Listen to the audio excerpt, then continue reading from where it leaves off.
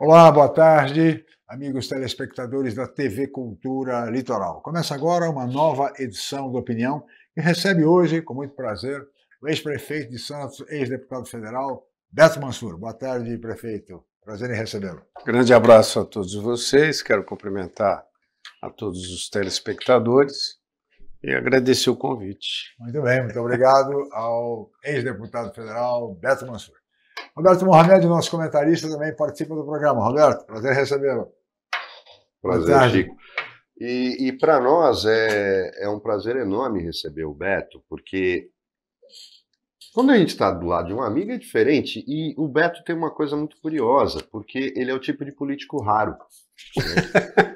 Porque mesmo quando ele está diante de uma crítica, ele nunca fugiu da discussão. E o Beto tem um senso de equilíbrio na política, e eu já dei exemplos aqui, Beto, inclusive na sua ausência, de quando você manteve a equipe da Secretaria de Saúde, que vinha do Davi Capistrano, porque você achou que o trabalho dos caras era bom e não importava a opinião política deles. Isso foi um exemplo do que a gente espera de um administrador, quando ele quer resultado, ele não importa quem está fazendo.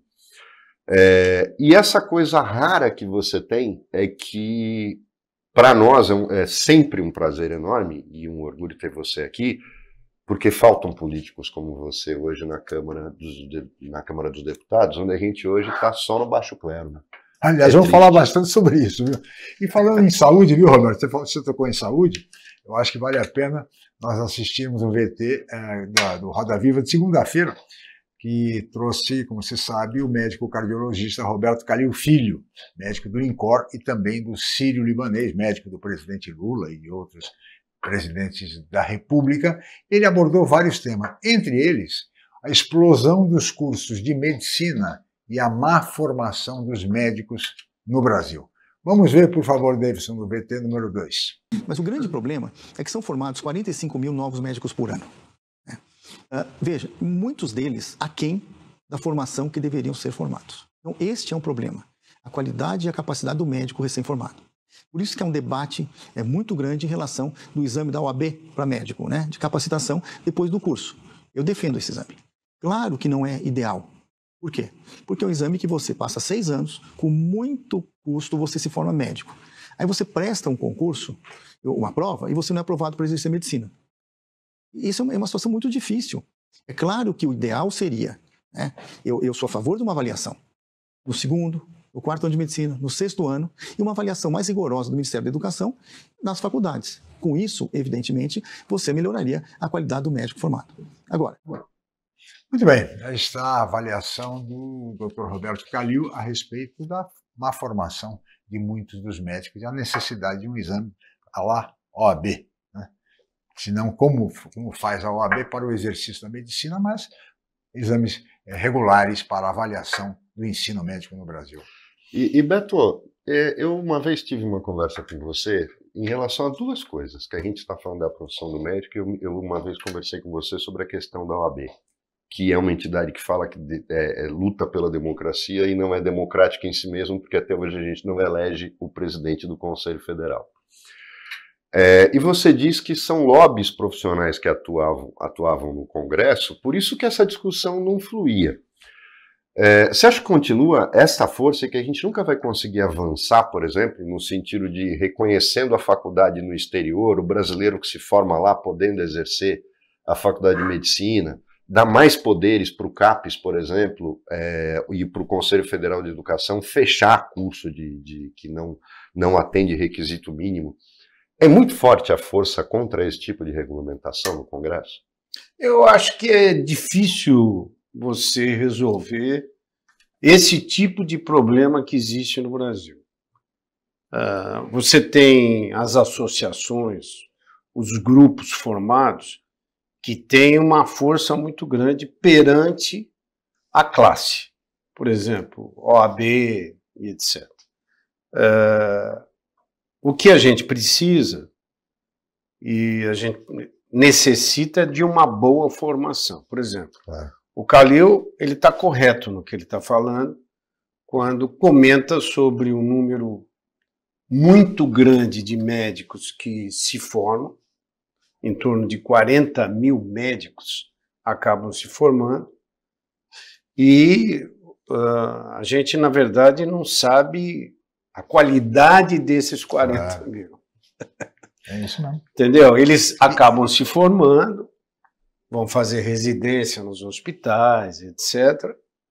E, lógico, a gente espera que eles tenham uma boa formação. O Calil é meu médico. Eu tenho muita boa relação com ele, etc. E ele é médico de outras figuras, tá certo? Ele é um médico muito procurado e etc. Mas tem uma preocupação de formação dos cursos de medicina. Daqueles que acabam... Ele, por exemplo, ele é uma pessoa que educa também. Ele é um professor. Lógico.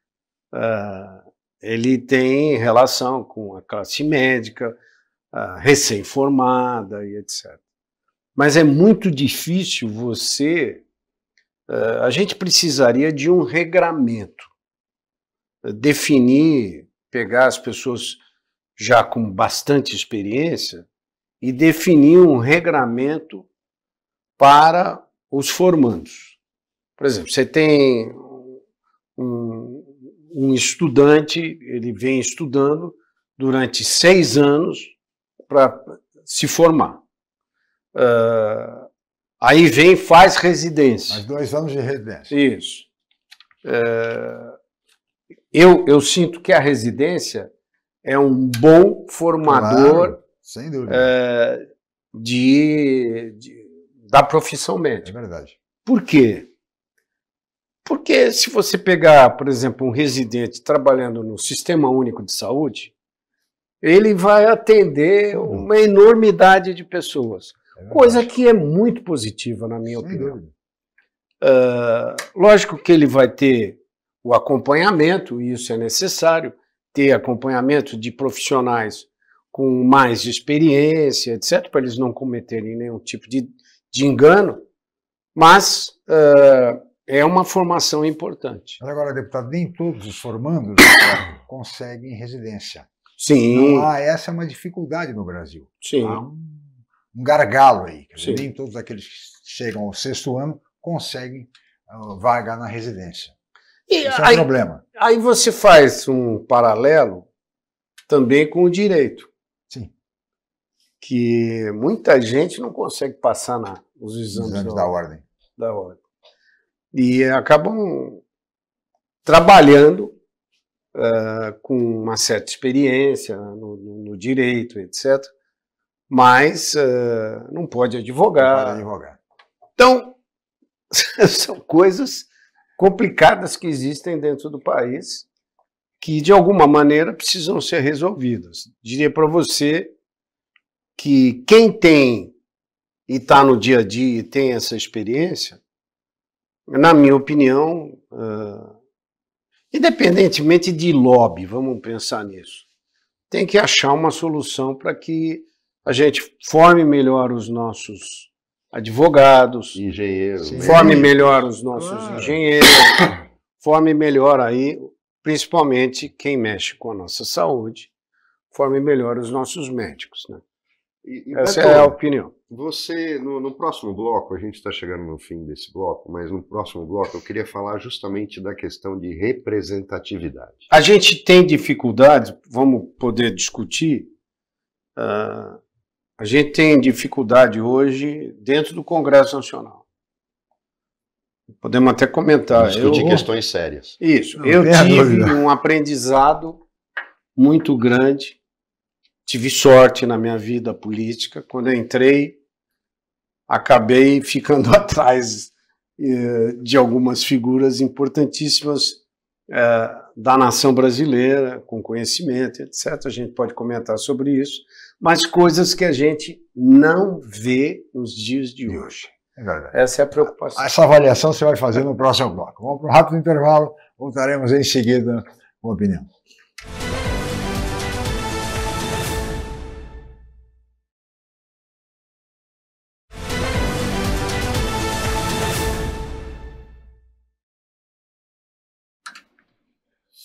Muito bem, estamos de volta com a Opinião, que recebe hoje, com muito prazer, o ex-prefeito de Santos, ex-deputado federal, Beto Mansur, e Roberto Mohamed, nosso comentarista. E a época do Beto como deputado, né, Roberto, era bem diferente. O Congresso era outro, um Congresso de altíssimo nível, perto do que temos hoje, infelizmente. Roberto Mohamed. Beto, você e o Márcio foram os dois últimos deputados federais relevantes que a gente teve. É triste para uma região como a nossa, que tem 1,5 milhão de votos. Se você contar Litoral Norte, Litoral Sul e o Vale do Ribeira e a Baixada, é muito triste que a gente tenha você tal 12 anos fora, 8 anos fora, e o Márcio 12, né? Porque foi vice-governador. É muito tempo para uma região como a nossa não ter representatividade e estar limitada ao baixo clero. Isso fora Mário Covas, Gaston Henrique, claro. Se a gente for lá para trás, a tia Jorge Cury, a história que essa cidade já teve de influência política. Como é que é a tua visão do que aconteceu com a irrelevância política da nossa região nos últimos, principalmente, 8 anos? O que aconteceu com a cidade, Beto? A região? Eu sinto que a região, a população, de uma maneira geral, quis mudança. E a gente, lógico, tem que respeitar isso. Quando eu me elegi, eu fui uma pessoa que tive, diria para você, muita sorte na minha vida política. Eu fui uma pessoa que mantive sempre muito boa relação com as lideranças, quer sejam as lideranças de esquerda, de direita, do que quer que seja, e eu fiz a minha carreira política. Quando eu entrei no Congresso, porque eu acabei me elegendo vereador, eu era um neófito na política, né? Entrei na política, tinha um programa na nossa emissora de rádio, etc. Eu fui o segundo mais votado como vereador. O primeiro, não sei se vocês lembram, o primeiro foi o Zé Macaco, que era um voto de protesto. Vereador João Vicente Cunha. Isso. E eu fui o segundo. Quando eu entrei, lógico, a gente tinha lá grandes lideranças na época, na Câmara Municipal de Santos, etc. Coisa que hoje é difícil de você saber o nome dos vereadores de Santos, né? Então, mas a gente tinha lá grandes lideranças. Logo depois, 2 anos depois, eu acabei me elegendo para o primeiro mandato como deputado federal. Nem passou pela Assembleia Legislativa. Eu fui eleito como deputado federal. Cheguei no Congresso, eu tinha muito boa relação com o Mário Covas, relação familiar, né? E eu era muito amigo do Pedro, ainda sou, a gente tem boa relação, a filha dele, etc. Carreguei o Bruninho no colo, que veio a falecer, mas eu fui para lá, eu pensei comigo, olha, eu preciso de alguma maneira encostar em algumas lideranças para eu poder aprender e entender melhor o Brasil. Então eu fiquei atrás do Covas, eu mantive muito boa relação com o Delfim, que era deputado, com o Roberto Campos, que era deputado. Eu mantive uma boa relação com o Michel Temer. Eu mantive uma ótima relação com o Ulisses. Veja que Câmara, hein? Que nível! Que era presidente da Câmara. Claro. Então você tinha um grupo de parlamentares que tinham muito conhecimento do Brasil, lutaram muito pela independência do Estado brasileiro, etc. E eu atrás deles, entendeu? Aprendi bastante com eles, etc. E procurei ter posições dentro da mesa da casa. Eu cheguei a ser vice-presidente da Câmara, cheguei a ser... Corregedor, não foi? No primeiro mandato eu fui corregedor da Câmara, fui segundo vice-presidente, corregedor da Casa. Aí depois vim ascendendo nos cargos, virei secretário da Casa, que na verdade controla a Casa como um todo, paga as contas, faz as coisas, etc., como primeiro secretário. Na verdade, o prefeito da Casa é o primeiro secretário da Casa. Então, foi isso que aconteceu. Lógico que depois, ao longo do tempo, nós tivemos aí o impeachment da Dilma, eu trabalhei pelo impeachment dela e etc. Aliás, o senhor era sempre consultado pela imprensa para saber o placar. O placar eu tinha. Especialista na análise dos votos. Né? Eu tinha os votos computados e tal. E depois acabei, quando o Michel assumiu... Sendo o líder dele. Eu acabei exercendo liderança. Eu não era o líder com nome, porque você tinha lá um outro líder, mas eu acabei exercendo uma liderança dentro da Casa pela relação que eu sempre mantive na Casa. Coisa que hoje nos preocupa, né? A gente que tem um pouco mais, vamos dizer, de idade, nos preocupa muito de ver os parlamentares.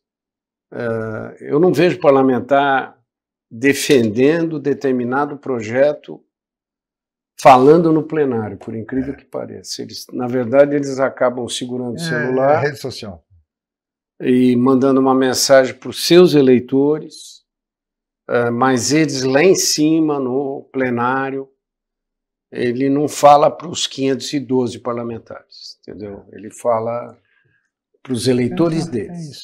Mas, Beto, a gente depende do que você falou, que você teve. O que você quis dizer foi, eu tive referências. Quando você chegou na Câmara, você aprendeu com gente, que você citou nome, e foi constituinte no momento que o Congresso tinha gente de outro nível, né? Claro. Pessoas que ocupavam a tribuna, como o Gastone, por exemplo, que faziam todo mundo ficar quieto ouvindo. Falta referência, então? O nível está tão baixo que o problema é que o cara chega lá e ele vai seguir quem? Se está todo mundo na lama. Eu não diria para você que o nível está baixo. Eu não conheço as pessoas. Eu não vejo. É diferente. Eu não vejo determinadas lideranças se posicionarem. Eu, uma vez, conversando com o Ulisses, e o Ulisses fez um comentário interessante. Ele falou assim, o dia que o plenário parar para te ouvir, você virou um líder. Entendeu? Você se tornou um líder, ele falou. E isso foi uma coisa interessante. Roberto Massula. O plenário está parado para te ouvir. E eu, durante um determinado período, eu fui seguido. As pessoas acompanharam com muita atenção o que a gente falava, etc. Porque a gente acumulou experiência. A gente tinha a experiência do que a gente acabou acumulando. Também 8 anos de experiência no executivo, né? Como prefeito. Sim, sim. Que também contribui muito para esse desempenho. Sim. Junto ao legislativo. Né? Mas foi algo que aconteceu que eu acho que eu acabei, na verdade, aprendendo muito ao longo do tempo. Muito bem. Hoje o que se discute, hoje o que se vê só é a questão do Centrão. O apoio do Centrão ao governo, vai apoiar, não vai apoiar, reforma ministerial, ministra Gleisi Hoffmann para tentar convencer o Centrão a participar da base do governo. Será que ela vai ter êxito nessa tarefa? Ela mais ajuda ou mais atrapalha? Eu acho até que pode ser que tenha êxito, mas pelo que a gente percebe na mídia, há um interesse econômico muito grande dentro do Congresso. A gente acaba não vendo, não percebendo esse empenho. Por exemplo, Hugo Motta, eu conheço bem o Hugo, foi deputado na minha época, ainda novo. Espero que ele faça aí um bom trabalho. Alcolumbre. Conheço bem o Alcolumbre, quando tivemos visitando o estado que o Alcolumbre é senador, etc. A gente manteve uma boa relação com ele. São figuras que a gente percebe que podem defender o país naquilo que nos interessa. Eu acho, particularmente, o Lula com dificuldade. Ele, na minha opinião, deve fazer esse mandato, lógico. Encerra esse mandato, mas não deve ser candidato à reeleição. Muito bem, sobre isso podemos falar no próximo bloco. Nós vamos agora para mais um rápido intervalo, voltaremos em seguida com o deputado Beto Mansur.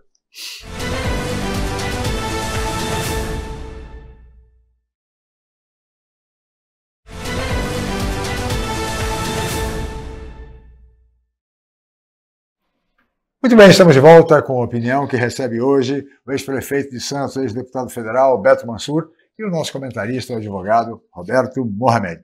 No bloco anterior, deputado, o senhor deixou assim, um passant que, na sua visão, o presidente Lula não será candidato à reeleição em 2026. O que lhe dá essa certeza? Não, eu acho particularmente difícil o Lula ser candidato novamente.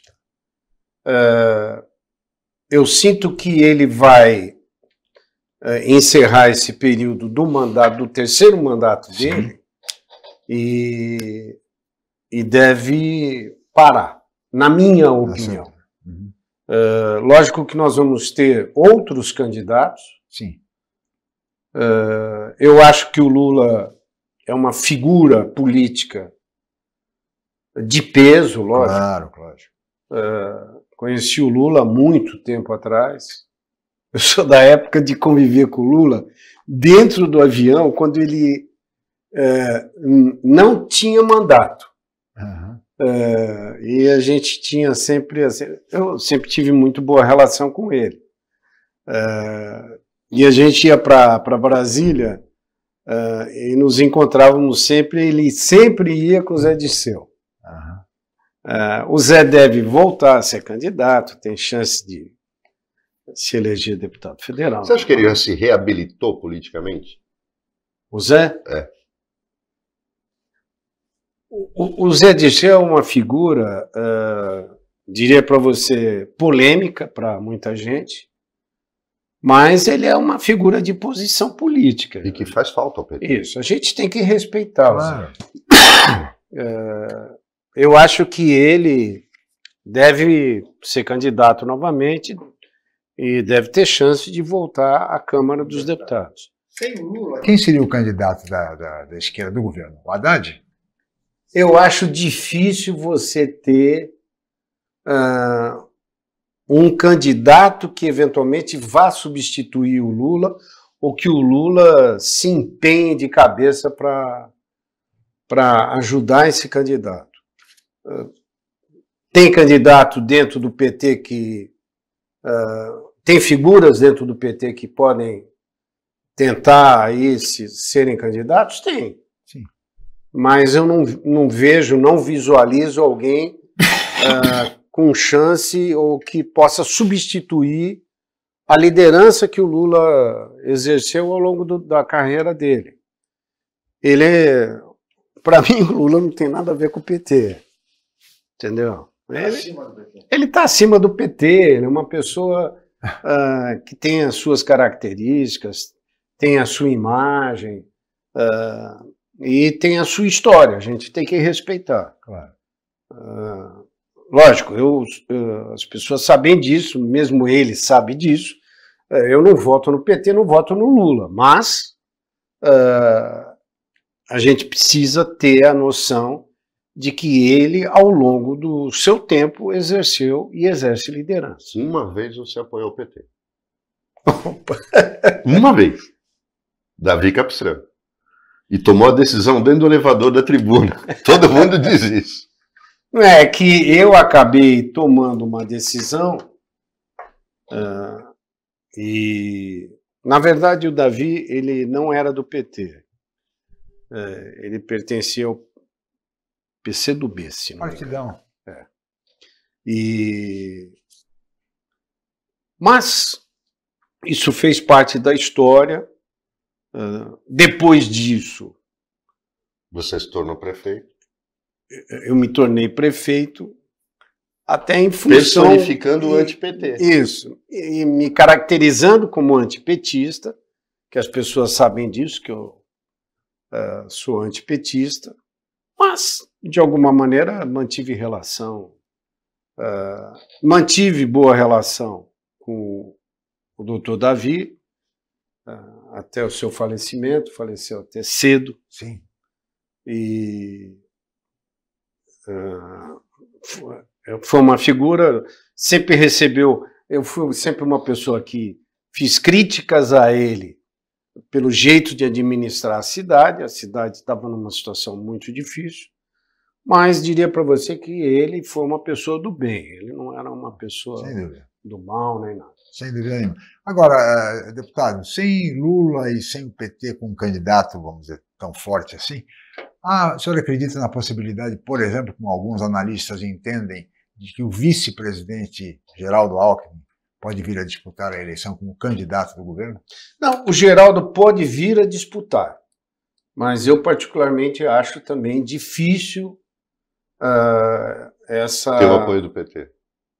Não, apoio do PT não terá nunca, esqueça. Eu acho difícil ele ter uma viabilidade grande como candidato. Nós vamos ter agora, você vai começar a discutir novas candidaturas. Por que isso? A mídia, de uma maneira geral, e a gente faz parte dela, vem cobrindo Lula de um lado, como presidente da República, e uma figura do centro para a esquerda, e o Bolsonaro do centro para a direita. Ninguém discute muito outras candidaturas. Vai surgir agora, nós vamos ter o lançamento da candidatura do Caiado, vai ser candidato, já declarou, vai ser candidato à presidência da República, vai lançar a candidatura dele, a pré-candidatura em Salvador. Agora, acho que no mês de abril.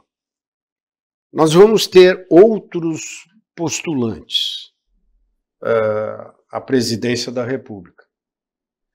Deve surgir um nome do centro para a direita, independentemente do Bolsonaro, se ele é candidato, se não é candidato. Lógico que o Supremo já está tomando essa decisão, tomou a decisão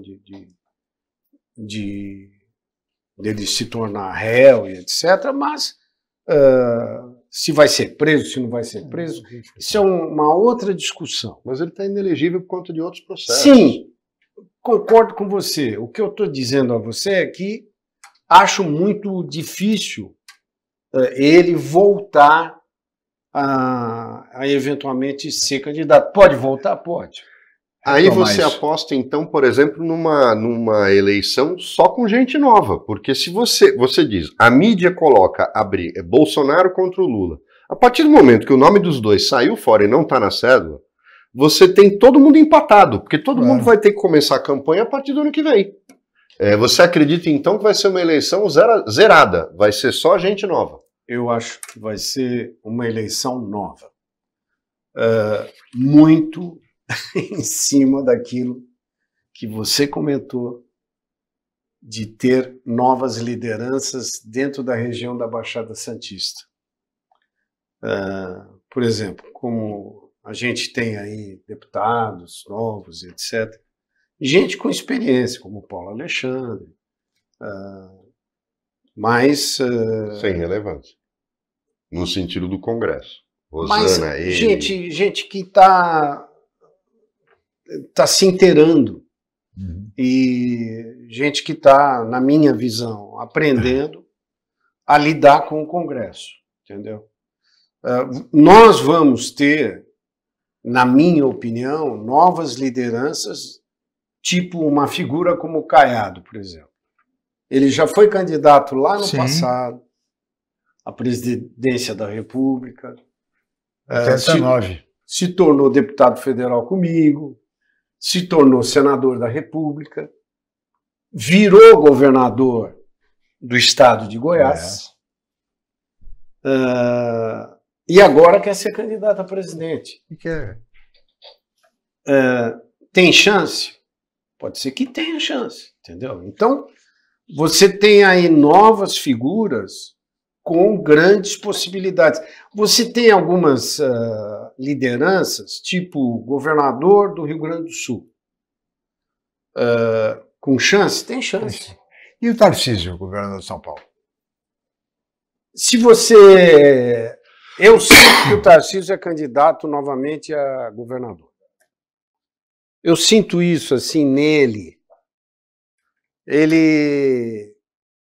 A gente sempre manteve muito boa relação. Nós trouxemos o Tarcísio para trabalhar com o Michel, porque o Temer, né? Muita gente não sabe que o Michel é o Temer. Com o Temer, porque eu era secretário na época. Ele trabalhou com a Dilma. No DENIT. Isso. E ele veio trabalhar dentro do governo do Michel na relação público-privado, na PPP. Então, e fez um belo trabalho na época. É verdade que ele foi indicação do Michel Temer por Bolsonaro? Sim, o Michel conversou com o Bolsonaro na época e manteve, logicamente deixou em aberto, mas indicou algumas figuras nas quais trabalhou com a gente e que o Bolsonaro poderia, de alguma forma, aproveitar. Isso acabou acontecendo. Acabou acontecendo e você vê o Tarcísio como uma figura política nova. Se tornou protagonista em pouco tempo. Isso, com bastante experiência, porque tem noção de tudo aquilo que vem acontecendo no Brasil. Tem chance de se tornar candidato à presidência? Claro que tem. Mas eu sinto que ele será candidato à reeleição. Muito bem, deputado. Peço licença, Roberto. Vamos para mais um intervalo e voltaremos em seguida com a opinião.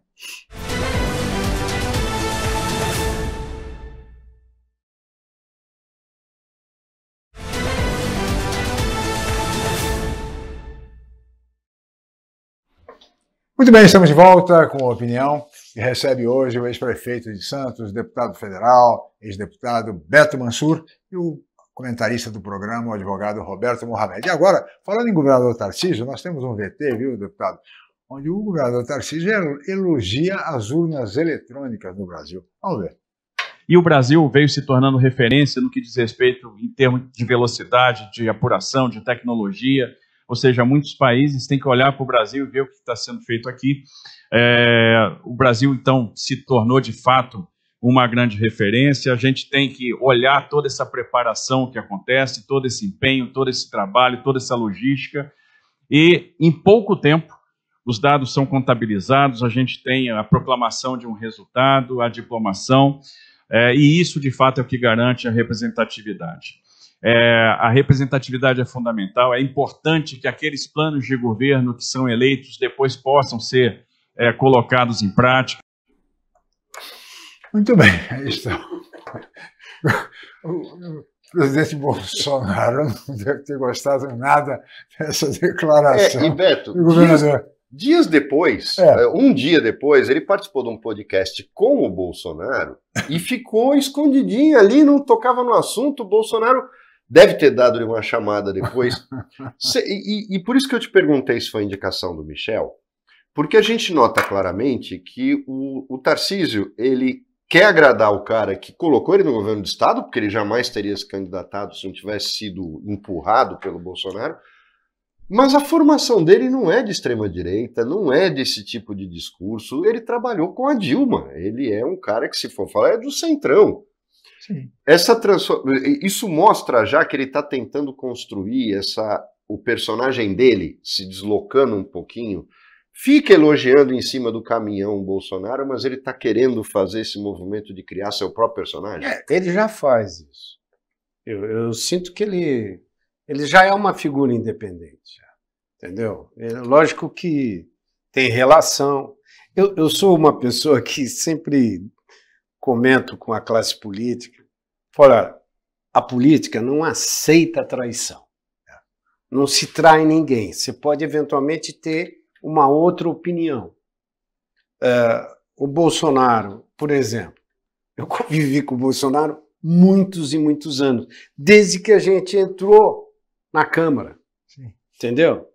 Entramos juntos na Câmara, em 1991. E convivemos aí até final do meu período de mandato. É lógico que ele tem a opinião dele sobre essas questões, inclusive essa questão que envolve urna eletrônica. Coisa que, na minha visão, é um absurdo o Bolsonaro falar que a urna eletrônica é inválida, tem roubo, tem isso e aquilo. Ninguém nunca até hoje provou absolutamente nada contra a urna eletrônica. A urna eletrônica, ela existe, lógico que a gente vem fazendo, e aí os tribunais eleitorais, eles vêm fazendo um trabalho muito, muito interessante de participação da sociedade, dos partidos políticos para conferir todo o sistema eleitoral, etc. Então, a gente não vê absolutamente nenhum tipo de erro que está existindo dentro da urna eletrônica. Aí você acaba vendo uma figura como o Tarcísio ficando quieto num debate como esse, porque o que ele vai falar à medida em que ele defendeu no dia anterior o sistema eleitoral brasileiro. Realmente fica... E justamente aí, Beto, justamente aí é que entra uma coisa muito curiosa. Muita gente fala, por que nos Estados Unidos não usam urna eletrônica? Os Estados Unidos usam cheque, até hoje. A Previdência americana paga os benefícios mandando cheque pelo correio. Por isso, inclusive, o Trump hoje fala que quer conhecer esse 1,5 milhão de americanos que têm mais de 100 anos de idade e continuam recebendo cheque da Previdência. É uma questão cultural, é isso que as pessoas não entendem. Mas eu queria trazer agora a conversa para cá, porque você falou de lealdade. Você foi protagonista porque de mostrar que lealdade é importante. Você foi convidado pelo Bolsonaro a integrar a equipe dele de campanha e você ficou com Michel Temer sabendo que o Meirelles não tinha a menor chance eleitoral. Claro. Foi uma questão de opção sua por lealdade. E você fez isso como prefeito. Você pode até não concordar, não querer endossar, mas você aguentou um secretário de saúde que você tinha compromisso político, sabendo que o cara era um desastre, mas você não rompeu sua palavra. Você sempre foi assim. Só que você virou uma coisa escassa na política, não virou? Mas a gente sabe aonde mexe e quais são as possibilidades que tem de você eventualmente manter determinadas figuras com você, trabalhando, pelo compromisso que a gente assumiu ao longo do tempo. E eu sempre fui uma pessoa que respeitei compromissos.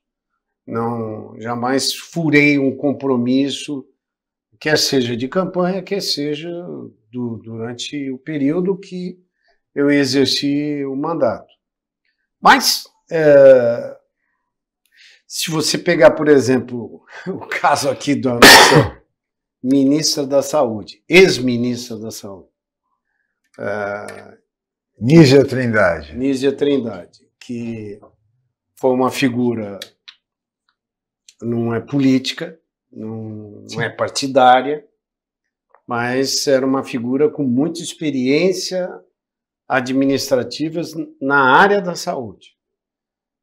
Acabou, logicamente, tendo que deixar o ministério em função da própria política, da própria questão política que está envolvendo aí o dia a dia dos ministros dentro do governo Lula. É algo complicado? É algo muito complicado, porque muitas vezes você tem que abrir mão de gente com bastante experiência para colocar ministros que não são afetos à área. Não estou nem discutindo o ministro atual da saúde, porque é uma figura que tem experiência política deputado, também. foi ministro, é médico. Alexandre Padilha. Fomos colegas juntos. Não estou discutindo a sua capacidade, mas estou comentando que muitas vezes você abrir mão de determinados compromissos, isso acaba te prejudicando Depois. na tua vida pública. Você acha que foi isso que fez a carreira do Dória, a carreira política do Dória ser tão curta? Não honrar compromissos? O Dória teve uma série de dificuldades. A gente sabe disso, que foi prefeito, depois virou governador. Teve uma série de dificuldades ao longo da sua carreira política. Muito rápido, né? Muito rápido, queria logo... Entrou rápido e saiu rápido. Saiu rápido, mais ou menos isso. Mas você acha que o maior pecado dele foi não ter honrado compromissos? Um deles pode ter sido isso, de não honrar compromissos.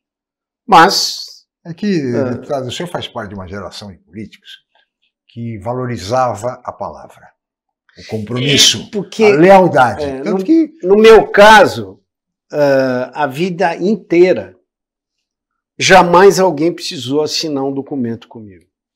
Porque eu sempre fui uma pessoa cumpridora. E vi figuras do outro lado que se comprometeram comigo, também cumpridores. A gente vivia uma outra época, um outro período. O ex-prefeito Justo dizia, com muita propriedade, aliás, que a lealdade é o valor que a classe política mais respeita. Naquela época. Porque a palavra, bastava a palavra. Não havia necessidade de mais nada. Grande Justo.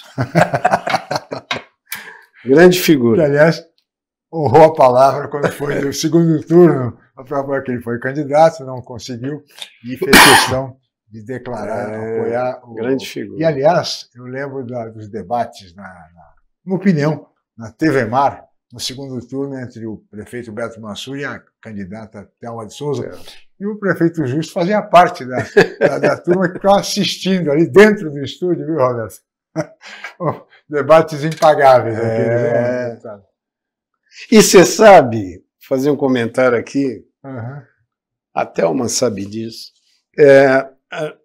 teve depois dos mandatos que nós tivemos, depois que ela deixou de ganhar e etc., ela era deputada federal e eu deputado federal, tinha sido eleito. Um dia eu passei por ela dentro do plenário, logo no começo da nossa gestão. Ela não me cumprimentou. Aí eu peguei no braço dela e falei, olha, não dá pra gente aqui dentro não mantermos uma boa relação. Porque a gente vai trabalhar pela nossa cidade, vai trabalhar pela região, vai trabalhar pelo Brasil. Você tem a sua opinião, lógico, eu divirjo da sua opinião em determinados assuntos, mas a gente tem que ter um compromisso de manter relação pessoal em prol dos nossos votos. Ela olhou para mim e aceitou aquilo que eu tinha falado para ela, e até hoje a gente mantém uma relação respeitosa. A conviver bem em razão disso. Muito bem, deputado. Olha, nós teríamos muito mais a conversar. O senhor já fica convidado para outras ocasiões aqui na opinião, né, Roberto? Mas nós chegamos ao final. temos limitações de tempo. Muito obrigado, viu, deputado Beto Mansur. Eu quero agradecer a vocês e a oportunidade, mas a gente pode voltar a conversar com muito prazer. Muita coisa para conversar. Sucesso a vocês. Muito obrigado, deputado Beto Mansur. Muito obrigado, Roberto, pela participação mais uma vez. E muito obrigado a você, amigo telespectador, pela audiência qualificada de sempre. Amanhã estaremos de volta em mais uma edição. Muito obrigado e até lá.